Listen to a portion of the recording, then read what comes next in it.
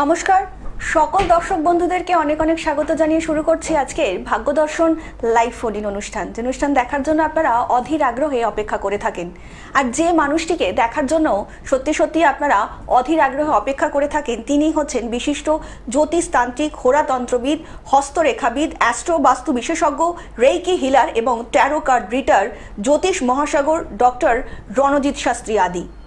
আমরা ইতিমধ্যেই স্যারের সাথে যে কটা প্রোগ্রাম করে এসেছি প্রত্যেকটা প্রোগ্রাম থেকেই কিন্তু স্যার আমাদের শিখিয়েছেন কিভাবে জীবনে বিপদ আসলে সেই বিপদের কিন্তু সম্মুখ সমরে লড়াই করতে হবে। দেখুন, আমি আপনি কিন্তু কেউই বিপদের ঊর্ধ্বে নই। আমরা প্রত্যেকটা মানুষ চাই জীবনে উন্নতি করতে, যে কোনো দিক থেকেই হোক আমরা কিন্তু উন্নতিটার ভীষণ আশা করি। আমাদের কর্মে উন্নতি হোক, কিংবা বাচ্চা কাচ্চার পড়াশোনায় উন্নতি হোক, কিংবা সাংসারিক জীবনে হোক, আমরা প্রত্যেকটা মানুষই কিন্তু উন্নতিটা আশা করি। কিন্তু এই উন্নতিতে যখন বাধা হয়ে দাঁড়ায় কোনো প্রতিপক্ষ, তখন কিন্তু আমরা বুঝে উঠতে পারি না যে কার কাছে কোথায় গেলে এই বাধা আমরা সহজেই অতিক্রম করতে পারবো। আর তার জন্যই কিন্তু ডক্টর রণজিৎ শাস্ত্রী আদি। আমরা স্যারের সাথে ইতিমধ্যে বিস্তারিত আলোচনায় আসবো, কিন্তু তার আগে চলুন আরও একবার আমরা এই লাইভ ফোন ইন অনুষ্ঠানে আমরা স্বাগত জানিয়ে নেব ডক্টর রণজিৎ শাস্ত্রী আদিকে। স্যার অনেক অনেক স্বাগত আজকে লাইভ ফোন ইন অনুষ্ঠানে আপনাকে। নমস্কার স্যার, আমরা একদিন তো আপনি ভীষণ ব্যস্ত ছিলেন জানি আমরা, সেটা আপনার বাড়ির পুজোর জন্য। তো সেখানে কিন্তু আমরা অনেক কোয়েশ্চেন পেয়েছি মানুষের কাছ থেকে। তো তার থেকে বেশি যেটা পাচ্ছি সেটা হচ্ছে অনেক মানুষই জানতে চাইছেন যে নিজের রাজ্যে তারা কোনো কর্মোন্নতি করতে পারছে না। কর্মোন্নতি বলুন কিংবা কোনো কাজের ক্ষেত্রে উন্নতি বলুন, তাকে কিন্তু বিদেশে গিয়েই করতে হচ্ছে। এই যে বিদেশে গিয়ে যে মানুষের কর্মের উন্নতি কিংবা সাকসেস, প্রত্যেকটা মানুষ তো চায় না যে বিদেশে গিয়ে কর্মোন্নতি করুক, কিন্তু তাদের ভাগ্যে কোনো না কোনো একটা জায়গায় কিন্তু সেটাই গিয়ে দাঁড়াচ্ছে যে বিদেশ যাত্রা। তো এই যে বিদেশ যাত্রা কিংবা বিদেশে গিয়ে যে কর্মের উন্নতি, এটা যদি একটু বিস্তারিত আজকে আমাদের মানুষকে বলেন। ইম্পর্টেন্ট কথা বলেছে, বিদেশ যাত্রা বা বিদেশে কর্মোন্নতি। আচ্ছা, এরকম তো হতে পারে পড়াশোনার জন্য ছেলেপুলে পড়াশোনা করতে চাইছে বিদেশে, একদম হতে পারে। আবার বিদেশ বলতে কি বোঝাই, আমাদের জন্মভিটে ছেড়ে, অর্থাৎ আমরা আন্তর্জাতিক সীমানা ক্রস করলে সেটাকে বিদেশ বলে। এবং আমাদের ভারতবর্ষের মধ্যে থেকে কিন্তু রাজ্যের বাইরে যাওয়াটাকেও একটা যাত্রা বলা হয়, দূরযাত্রা। আবার জেলার বাইরে যাওয়াটাকেও একটা দূরযাত্রা বলা হয়। যেমন পশ্চিমবঙ্গ বলো, আসাম বলো, তারপর দিনাজপুর বলো, এগুলো হচ্ছে একটা জেলা। এই জেলার বাইরে মানুষ কর্ম করছে, সেটা একটা থেকে দেখা যায়। বা জেলার বাইরে পড়াশোনা করছে, যদি বেশিরভাগ দেখা যায় যে কিছু বাইরে থেকে ছেলেপুলে পড়াশোনা করতে আমাদের পশ্চিমবঙ্গের মধ্যে আসে, ঠিক আছে, সেটা মেডিকেল হোক, ইঞ্জিনিয়ারিং হোক বা জেনারেল স্টাডিজ হোক, সেই রকম অর্থাৎ তাহলে এক্ষেত্রে দেখা যাচ্ছে যে ভাগ্যোন্নতির সঙ্গে আমাদের কর্মের জায়গার সাথে দেখা যাচ্ছে স্থান পরিবর্তন। স্থান কোথা থেকে আমরা বিচার করব? তুমি একটা ইজি প্রশ্ন করেছো, কিন্তু এই জায়গাটা প্রপারলি ব্যাখ্যা করা, এই যে ব্যাখ্যাটা এতদিন কেউ ব্যাখ্যা করার প্রয়োজনীয়তা মনে করেনি। আপনার ছেলে পড়াশোনা করেছে, সে আপনার সেই রাজ্যেই বসে রয়েছে, সেটা যে কোনো রাজ্যে হতে পারে, বসে রয়েছে, সে কিছুতেই সেই রাজ্য থেকে চাকরি পাচ্ছে না। দেখা যাচ্ছে যে ফোনে আছে, একটু ফোনে থাকুন, দেখা যাচ্ছে যে সে বাইরে গেলে চাকরি, বাইরে বলতে কোনটা, রাজ্যের বাইরে না জেলার বাইরে না দেশের বাইরে। যদি দেখা গেল তার জন্ম ছকে কর্মভাবের সঙ্গে, অর্থাৎ দশম ভাবের সঙ্গে তৃতীয় ভাবের কানেকশন রয়েছে, তাহলে সে কিন্তু জেলার বাইরে চাকরি পেয়ে যাবে। যদি দেখা গেল যে তৃতীয় আসছে তার সাথে নবম রয়েছে, তাহলে তাকে কিন্তু বেরোতে হবে রাজ্যের বাইরে, আউট অফ স্টেট যেতে হবে তাকে, আস্তে আস্তে, ডিস্ট্রিক্ট না স্টেট তখন হতে হবে। আর দেখা যাচ্ছে তার সঙ্গে তৃতীয়, নবম আর দ্বাদশ কানেকশন দিচ্ছে দশমের তালে, তা সে কিন্তু বিদেশ যাত্রা করবেই করবে। এরকম দেখা গেছে যে হায়ার স্টাডিজ করেছে, হায়ার স্টাডি করে ফার্দার স্টাডির জন্য সে বিদেশ যাওয়ার ব্যবস্থা করছে, কিন্তু কিছুতেই সে বিদেশ যেতে পারছে না। আমার কাছে একজন এই পুজোর মধ্যেই এক ক্লায়েন্ট দেখলাম আমি, কালী পুজোর আগে, ঠিক আছে, সে বোস্টন ইউনিভার্সিটিতে চান্স পেয়েছে।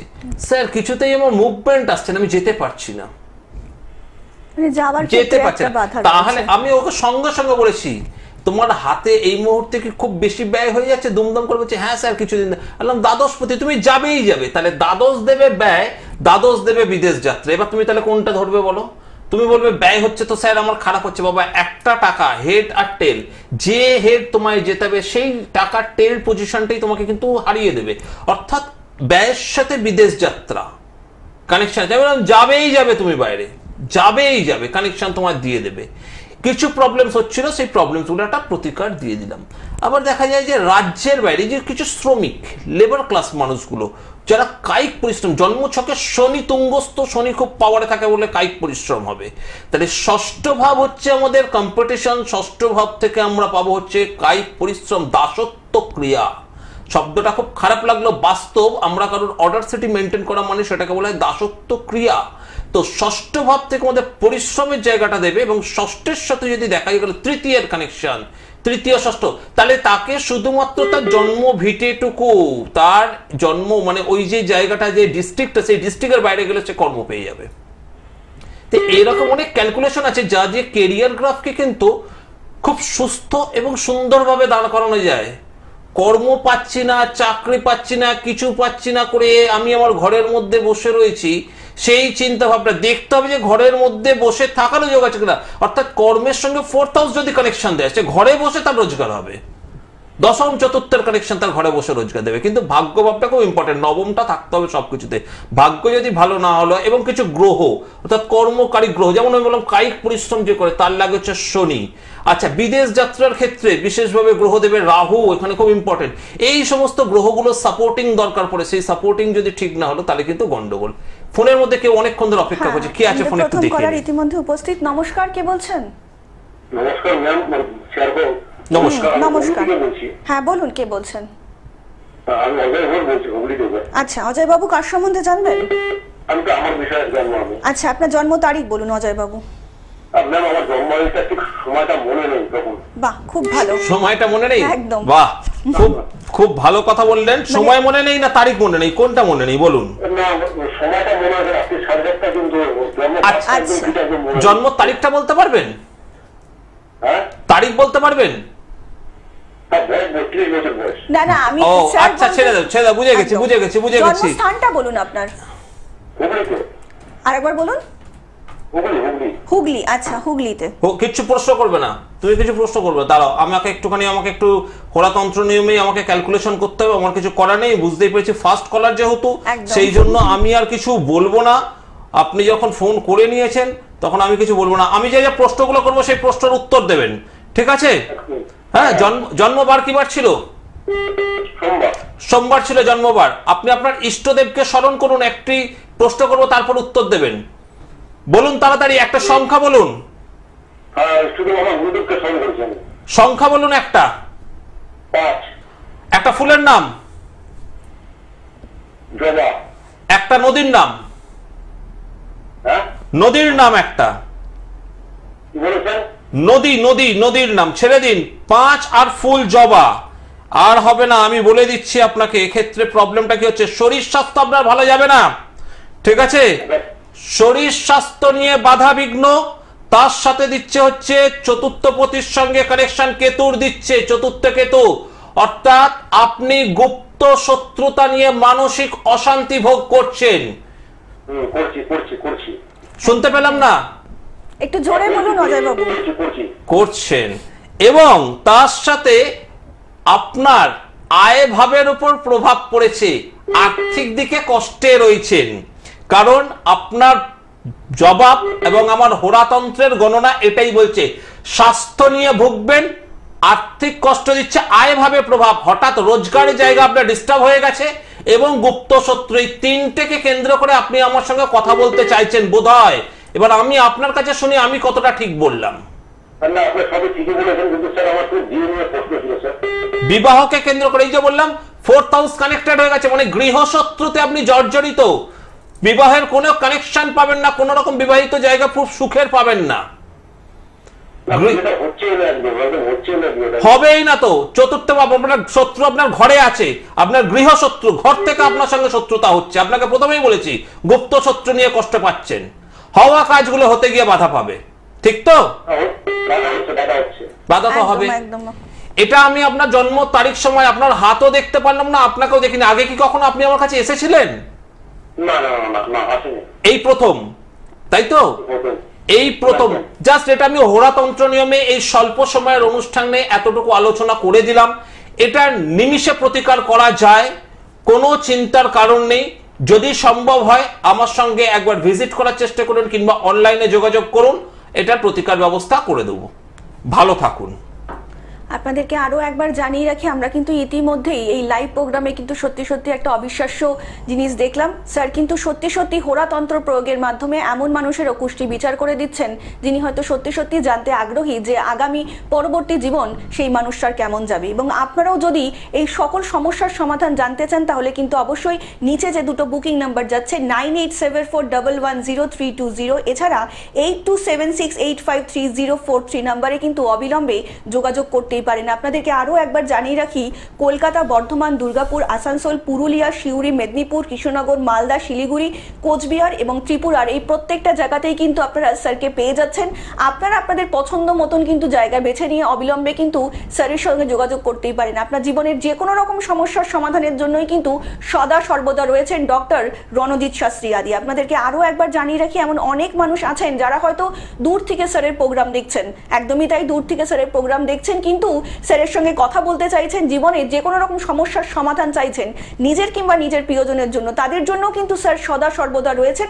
আপনারা কিন্তু অডিও এবং ভিডিও কলের মাধ্যমেই কিন্তু স্যারের সঙ্গে কথা বলে নিতে পারেন। অবশ্যই নিচে যে বুকিং নাম্বারটা যাচ্ছে সেই বুকিং নাম্বারে কিন্তু অনুষ্ঠানের পরে যোগাযোগ করে কিন্তু আপনারা আপনাদের সমস্যা স্যারকে জানাতে পারেন এবং স্যার কিন্তু অবশ্যই সেই সকল সমস্যার সমাধান খুঁজে বার করে দেওয়ার চেষ্টাই করবেন। আর এখানেই হচ্ছেন শ্রী রণজিৎ শাস্ত্রী আদি। যে আপনাদেরকে আরও একবার জানিয়ে রাখি, যেরকম রাস্তায় যে পোস্টার বিজ্ঞাপনগুলো রয়েছে একদমই তাই, সেই পোস্টার বিজ্ঞাপনের চমকে কিন্তু কেউ বিভ্রান্ত হবেন না। নিচে যে বুকিং নাম্বারটা যাচ্ছে সেই বুকিং নাম্বার কিন্তু মিলিয়ে নিয়েই কিন্তু আপনারা ডক্টর রণজিৎ শাস্ত্রী আদিকে দেখাতে আসবেন। খুব ইম্পর্টেন্ট কথা এটা বলেছেন, একদমই তাই।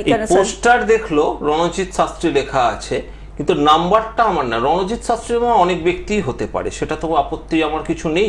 সুতরাং আমার কাছে আসতে গেলে বুকিং নাম্বারটা মিলিয়ে দেখবেন। যদি দেখেন যে বুকিং নাম্বারের সাথে মিলছেন না, তাহলে ভেবে নেবেন আমি সেই ব্যক্তি নই, কারণ বিভ্রান্ত হবে। একদমই তাই স্যার। স্যারের কাছে গেছি, স্যার এরকম টিভির অনুষ্ঠান করেছে, এই অনুষ্ঠানে দেখে স্যারের কাছে একটা বুকিং করে দেখলেন, গিয়ে দেখলেন সেক্ষেত্রে আপনি কোনো কারণবশত বিভ্রান্ত হলেন বা প্রতারিত হলেন, তখন বলে স্যার আপনার নাম দেখেই গেছিলাম। এরকম ঘটনা যে অনেকবার ঘটেছে, সেই জন্য বারবার ধরে বলে রাখছি, নামের চমকে যাবেন না। আমাদের যে বুকিং নাম্বার, সেই বুকিং নাম্বার আমার আইডেন্টিফাই করে তারপর কিন্তু বুক করবেন। এই যে একটু আগে যেটা দেখালাম যে আমি হোরাতন্ত্রের প্রয়োগ, যেটা তুমি একটু আগে বললে যে যাদের জন্ম তারিখ সময় নেই বা জন্ম তারিখ সময় সঠিকভাবে যারা জানে না, তাদের ক্ষেত্রে প্রয়োগটা দেখালাম। যে হোরাতন্ত্রের মাধ্যমে সমাধান কিন্তু 100% পাওয়া যায়। আমি কিন্তু হোরাতন্ত্রের জন্য তোমাকে বারণ করলাম যে জিজ্ঞাসা করবো না প্রবলেম কি আছে, কারণ আমি গণনাটা জানি, তন্ত্রটা আমি জানি, জ্যোতিষ শাস্ত্রের সঙ্গে তন্ত্রের মেলবন্ধনটা কোথায় সেটা আমি জানি। সেই জন্য কিন্তু আমি ক্লায়েন্টকে বা আমার সামনে থাকা ব্যক্তিকে কিন্তু যাদের জন্ম তারিখ নেই প্রশ্ন করি না যে বলুন কি সমস্যা হচ্ছে। ওই সমস্যা শুনবো, তারপর হলো চতুর্থপতি তো নিচস্থ, ও ষষ্ঠপতির সঙ্গে চতুর্থপতির কানেকশন। সমস্যা শুনে কি বলবো, সমস্যা আপনার, আপনি বসুন আমি বলে দিচ্ছি। হোরাতন্ত্রের প্রয়োগটা এরকম ভাবেই হয়। এবার যারা জন্ম তারিখ সময় দেয় যে স্যার আমার ছেলে পড়াশোনা করছে না বা আমার চাকরির জায়গা হচ্ছে না, সেটা একটা ডিফারেন্ট ম্যাটার। অনেকেই আছে যাদের সঠিক জন্ম তারিখ সময় নেই, তারা প্রচুর পরিমাণ ঠকছে বিভিন্ন জায়গায় গিয়ে। তাদেরকে আগে আমি সাবধান করছি, আমার কাছে আসতে হবে না, কিন্তু যার কাছেই যান আপনার জন্ম তারিখ সময় নেই বলে চুপ করে আপনি বসে থাকুন, দেখি কি রেজাল্ট হয়। আপনি দেখুন কি রেজাল্ট পান। একদমই তাই স্যার, কিন্তু প্রত্যেকটা মুহূর্তেই সমস্যা আপনার এবং সমাধান কিন্তু সত্যি সত্যি দিতে পারেন তিনি হচ্ছেন ডক্টর রণজিৎ শাস্ত্রী। এই যে ক্ষেত্রে আমি তো বললাম 4th হাউসের সঙ্গে কেতুর কানেকশন দিচ্ছে, ঘর থেকেই বেঁধে রেখে দিয়েছে, তারপর বলছে আমার বিবাহ। বিবাহ হলে তো সেই ঘরেই তো আসবে স্ত্রী, অর্থাৎ পরিবারের সদস্য দ্বারা বিবাহ স্থানটি বন্ধনযুক্ত হয়ে রয়েছে। এখানে কেউ কলকাটি নাচছে, তারপরে এজটা সামথিং কি বললো 32 কি 35 সামথিং কিছু একটা বললো, তাহলে তার বয়স যখন এবার চলে যাবে 37 থেকে 40-এর দিকে, তখন বিবাহ হতেই আর চাইবে না। মানে উনি এতদিন শুধু জ্যোতিষ বন্ধুকে ফোন করে চেষ্টা করছেন। চেষ্টা করলে হবে না, আপনাকে নিজে উদ্যোগ নিতে হবে। যে সমস্যায় পড়ে রয়েছেন সেই সমস্যা থেকে সমাধান সূত্র কোনো না কোনো জ্যোতিষ বন্ধু দিচ্ছে। আমি দিই, অন্য কেউ দিক, মিস্টার XYZ যে কেউ দিক, কেউ তো দিচ্ছে, কাউকে বিশ্বাস করে আপনি যান, সমাধান সূত্র বের করুন। কারণ আপনি এন্ড মোমেন্টে রয়েছেন, এরপরে আরো লেট করলে আপনি হারিয়ে যাবেন। বিবাহ হওয়া তখন সম্ভব না। তখন 40 বছর বয়স হলে তখন 32 থেকে 35 বছরের পাত্রীকে বিবাহ করতে হবে। তখন দেখবেন আপনি বলবেন আমার না 35 বছর। এটা ঘটেছে যে, আমি খুব প্র্যাকটিক্যাল লাইভে বসেই সব কথাবার্তাগুলো সেই জন্য বলছি। 40-42 বছর বয়স হয়ে গেছে, এবার ন্যাচারালি একটি পাত্রের বয়স কত হতে হবে? নিশ্চয়ই 32 বছরের পাত্রে সে পাবে না, তাকে 35 বছর হয়ে যাচ্ছে, সে খুঁজছে 30 বছরের মধ্যে। হচ্ছে না বিয়ে? আমি বললাম তো তুমি তোমার বিয়ের বাধা। মিনিমাম একটা পাত্রের একটা ডিফারেন্স হয়। এখনকার মেয়েরা সে আগেকার মতন না যে ঘাট ধরে বিয়ে দিয়ে দিতে পারবে বাবা মারা, সেটা তো কাম্য ছিল না। তো এখন মেয়েদেরও নারী স্বাধীনতা আছে, মেয়েদের ক্ষেত্রেও পাত্র পছন্দ করার অধিকার আছে সমান তালে। সুতরাং এবার 42 বছরের একটা পাত্রকে কি করে তখন বিয়ে হবে, পাত্রস্থ হচ্ছে, সে তখন প্রচুর কমপ্লিকেশন আসে যাচ্ছে। সেই জন্য বলবো যে সমস্ত ছেলে বা মেয়ে উভয়ের ক্ষেত্রেই এটা কিন্তু প্রযোজ্য, যে একটা নির্দিষ্ট বয়সের পর দেখছেন যে বিবাহ হচ্ছে না, তারা কিন্তু উদ্যোগী হয়ে বিবাহ করুন বা বিবাহের জন্য ব্যবস্থা করুন, না হলে কিন্তু বয়সটা চলে গেলে আর কিন্তু বিবাহের যোগাযোগ পাবেন না। স্যার আমরা আলোচনা আসবো, একজন বন্ধু অবশ্যই। নমস্কার, কে বলছেন? হ্যালো নমস্কার, বলুন কে বলছেন? আচ্ছা বলুন ম্যাডাম, কার সম্বন্ধে জানবেন? আমার একটু হাজবেন্ডের নামটা একটু বলবেন? হাজবেন্ডের না? একটু জোরে কথা বলবেন। বলুন। আচ্ছা জন্ম তারিখ দিন হাজবেন্ডের? জন্ম তারিখটা হচ্ছে ইংরেজির দেখাচ্ছে 1966 আর বাংলার 1372। পুরো তারিখটা বলুন, ইংরেজিটাই বলুন। 1966 সাল কি মাস কত তারিখ? বাংলার তারিখটা জানি 8ই জ্যৈষ্ঠ শুক্রবার। 8ই জ্যৈষ্ঠ শুক্রবার বাংলার হয়ে গেল। আচ্ছা না, তাহলে সেই আমাকে সেই একই জায়গায় আমাকে সেই আসতে হবে। জন্ম সময়টা বলবেন একটু? জন্মটা সময়টা বলুন আপনার হাজবেন্ডের। সকালে। সকাল কটায়? সকাল 9:30। 9:30। আচ্ছা জন্মস্থান? বহরমপুর। বহরমপুর। অবশ্যই স্যার চেষ্টা করছেন হোরাতন্ত্রের মধ্যে দিয়ে কিভাবে কি করা যায়, আপনার জন্য কি হেল্প করা যায়। 1 মিনিট ফোনে থাকবেন। আপনার নাম বলুন। আমার নাম জয়িতা দাস। জয়িতা দাস, ঠিক আছে 1 মিনিট ফোনের মধ্যে থাকুন। নক্ষত্র। আচ্ছা আমি যেটা প্রশ্ন করবো সঙ্গে সঙ্গে উত্তর দেবেন, ঠিক আছে? 7, 8, 9 বা 8। আচ্ছা একটা নদীর নাম বলুন। ভাগীরথী নদী। ভাগীরথী নদী। একটা সংখ্যা বলুন। 3। আচ্ছা 1, 2, 3 বৃহস্পতি।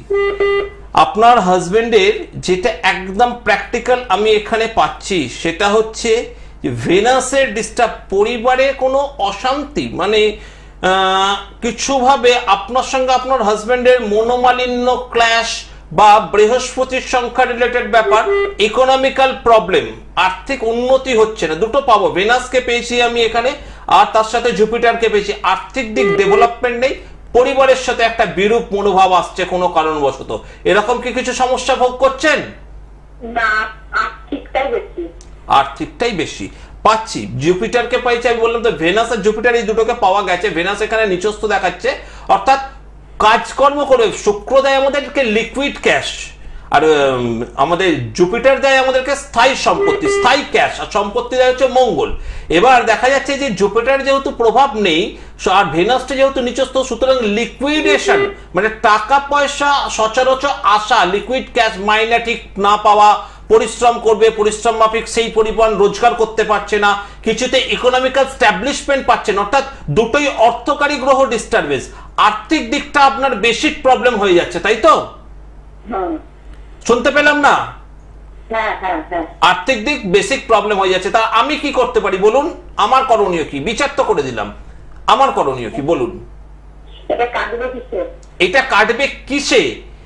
মানে কাটবে না কাটাতে হবে, কোনটা? কাটাতে হবে, right. This is the proper question. কাটাতে হবে। যদি কাটার থাকতো তাহলে আপনি আমাকে ফোন করতেন না বা আমাদের মতন বন্ধু জ্যোতিষীদেরকে ফোন করতেন না। এটা আপনার হাজবেন্ডের কপাল, এটাকে একটা প্রতিকার করতে হবে। কি করলে এটা সমাধান হবে, তাই তো? অর্থাৎ এইটার জন্য গ্রহগত কিছু প্রতিকার আছে এবং তার সাথে সাথে জ্যোতিষতন্ত্র নিয়মের কিছু প্রতিকার মাধ্যমে আপনার হাজবেন্ডকে দিলে সেই প্রতিকার ব্যবস্থা করতে হবে। এবং তার জন্য আপনাকে প্রয়োজন পড়ে অফলাইনে আমার সঙ্গে দেখা করতে হবে। বহরমপুর থেকে বলছেন মানে সিউড়িতে আমার চেম্বার আছে, সিউড়িতে দেখা করতে পারেন, কিংবা কলকাতায় দেখা করতে পারেন, কিংবা অনলাইনে আমার সাথে ভিজিট করতে হবে। বোঝা গেল? হ্যাঁ ভালো থাকুন, খুব ভালো থাকবেন। আশ্চর্য, একদমই তাই, খুব আশ্চর্য লাগে। আশ্চর্য এটাই যে মানুষ প্রবলেম বুঝতে পারছে, কিন্তু কি করতে হবে সেটা সে মুখ থেকে বলতে পারছে না। আমার পায়ে ব্যথা, আমি ডাক্তারের কাছে গিয়ে কি বলবো, ডাক্তারবাবু আমার পায়ে ব্যথা, আপনি আমাকে ওষুধ দিন। আমি ডাক্তারের কাছে গিয়ে বসেছি, ডাক্তারবাবু বললেন পাটা একটু স্ট্রেচ করতে, আমি পাটা স্ট্রেচ করলাম, উনি রাবারের হাতুড়ি দিয়ে একটু মারলাম, আমি আ দুবার করলাম, আর আমি বলছি না যে আমার ব্যথাটা লাগছে, আপনি ওষুধ দিন। সমস্যা তো সমাধান সূত্র বের করতে হবে। বিচার সূত্র তো বলে দিলাম যে এখানে ভেনাস দেয় সবসময়। দেখবে আমি সেখানে বাড়ির অগ্নিকোণ নিয়ে অনেক তথ্য দিয়ে থাকি, যে অগ্নিকোণ যদি বাড়িতে ঠিক জায়গায় থাকে, অগ্নিকোণে যদি কিছু গন্ডগোল না থাকে, তাহলে যে ব্যবসাদার মানুষটা সে ফুলে ফেপে উঠবে, আর যে চাকরিজীবী মানুষ তার একটা নির্দিষ্ট পরিমাণ অর্থ সঞ্চয় হবে। ভেনাস ডিস্টার্ব মানে অগ্নিকোণ ইফেক্টিভ হয়ে গেছে বাড়িতে, অর্থাৎ এই অগ্নিকোণের জন্য ওনার রোজগারের জায়গাটা ডিস্টার্ব।